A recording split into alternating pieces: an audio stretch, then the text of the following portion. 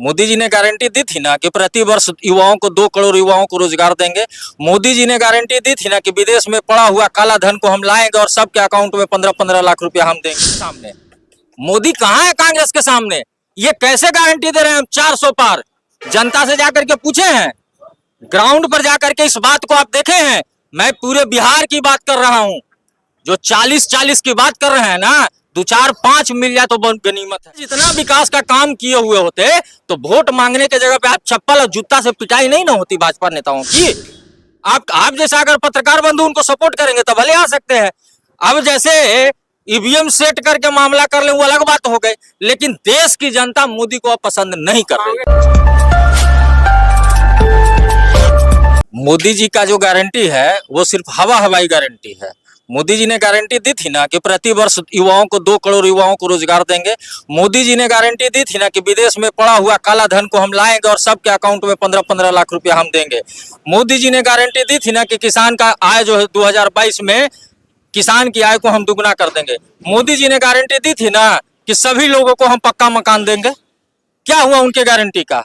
अब किस मुंह से गारंटी दे रहे हैं? अब तो हिसाब राम मंदिर एक आस्था का विषय है। राम मंदिर राजनीति का विषय नहीं है।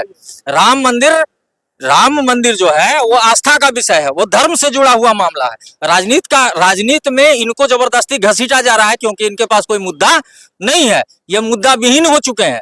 10 वर्ष में बड़ा गला फाड़ फाड़ करके जहानाबाद की धरती पे भी आए थे और कहे थे कि यहाँ का हम सूरत बदल देंगे। तो क्या जहानाबाद का सूरत मोदी जी ने बदल दिया? नहीं ना बदले। अब 10 साल में उनको हिसाब देना था, ठीक है, कि आपने 10 वर्षों में आम लोगों के लिए, युवाओं के लिए, महिलाओं के लिए, शोषित वंचित पीड़ित के लिए आपने कौन सा काम किया? तो मोदी जी जवाब नहीं दे रहे हैं, मोदी जी गारंटी दे रहे हैं। और मोदी जी का हवाई गारंटी है, लेकिन कांग्रेस पार्टी का लिखित गारंटी है। हम जो लिख करके देंगे वही हम सरकार में आने के बाद ये 5 गारंटी सबसे पहले पूरे देश के अंदर में हम लागू करेंगे। मोदी जी जो है वो कोई काम तो करते नहीं है। मोदी जी आएंगे इधर उधर ध्यान भटकाएंगे। कैसे नहीं काम किए? क्या काम किए? क्या काम किए? कितना को रोजगार मिला? शौचालय भी गांव गांव खुला ना, बना ना। आप भी गांव में रहते होंगे, कितना शौचालय कारगर है। सारे शौचालय में जाइए तो आधा से ज्यादा तो है वो कूड़ादान बना हुआ है। उसमें भूसा है तो गोईठा है तो लकड़ी है, फकड़ी है, इस तरह का व्यवस्था उस बाथरूम के अंदर में है। तो बाथरूम जाकर के बेचते ना। क्या किए मोदी जी? मोदी जी ने सिर्फ एक ही काम किया है, युवाओं को भटकाने का काम किया, ठीक है, देश की जनता को गुमराह करने का काम किया। और जो उद्योगपति हैं अडानी और अंबानी को मालामाल करने का काम किया, देश की संपत्ति को बेचने का काम किया। तो मोदी जी अपना शौचालय बनाए हैं तो जरा शौचालय बेच ले, उसको भी बेच करके तो दिखाते। आज कांग्रेस के पार्टी के ऊपर आप आरोप लगाते हैं, लेकिन कांग्रेस पार्टी ने जो किया उसी का तो आप मजा ले रहे हैं। आपने क्या किया बिहार में या जहानाबाद की अगर हम बात करते हैं तो जहानाबाद में पिछले 10 वर्षों में कौन कौन सा विकास का कार्य हुआ हमको जरा बता दिया जाए।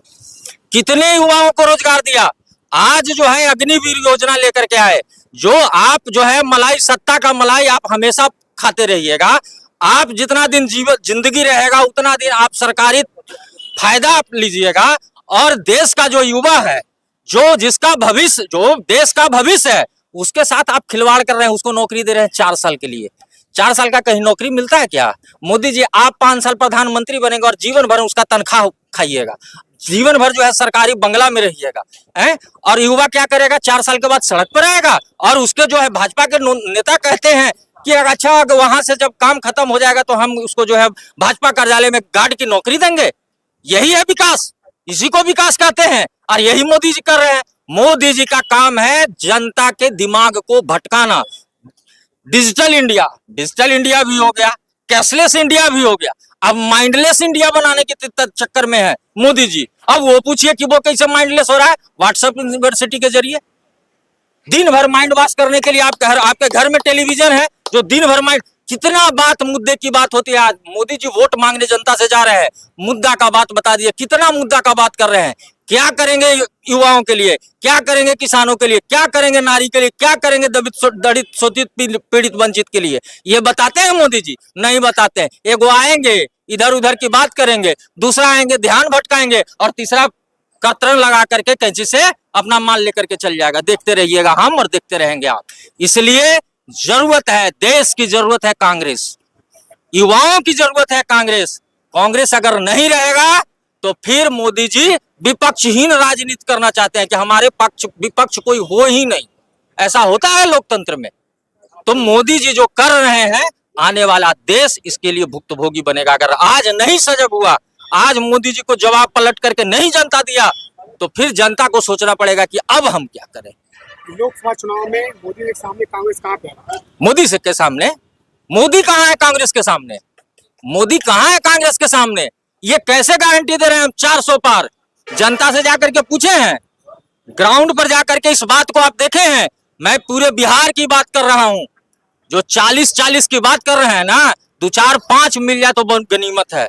यूपी में 80 की बात कर रहे हैं ना, 40 मिल जाए तो गनीमत है। उनके कहने से नहीं होता है। आप जाइए, जहां जहां भी जा रहे हैं, आज वोट मांगने के लिए जा रहे हैं मोदी जी के उम्मीदवार, वहां से जनता उनको खरीद रहा है, चप्पल और जूता से स्वागत हो रहा है। मोदी जी क्यों नहीं बोलते हैं इस मुद्दे पे?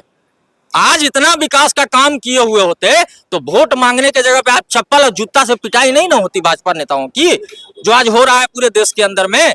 आज पटना साहिब में आप जाइए, रविशंकर प्रसाद के ऊपर कुर्सी चलता है। क्यों चलता है?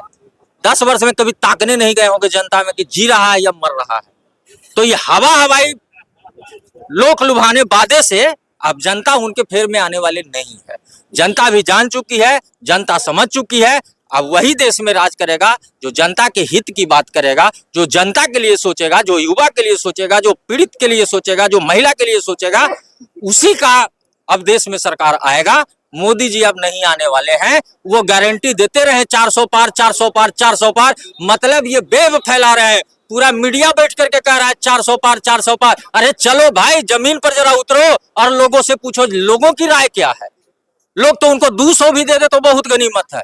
200 के अंदर में सिमटने जा रहे हैं मोदी जी। जी आगे तो नहीं आएंगे ना। आप जैसा अगर पत्रकार बंधु उनको सपोर्ट करेंगे तो भले आ सकते हैं। अब जैसे ईवीएम सेट करके मामला कर ले वो अलग बात हो गई, लेकिन देश की जनता मोदी को अब पसंद नहीं कर रही। कांग्रेस जीतो तो ईवीएम हैक नहीं होता है। नहीं, कांग्रेस जीती तो ईवीएम हैक नहीं होता है। कांग्रेस, एक मिनट, कांग्रेस जब सरकार में थी, मनमोहन सिंह हमारे जो प्रधानमंत्री थे, तो आप जैसे पत्रकार बंधु कांग्रेस पार्टी के मंत्री से, कांग्रेस पार्टी के प्रधानमंत्री से प्रश्न करता था या नहीं करता था? पूछते थे ना।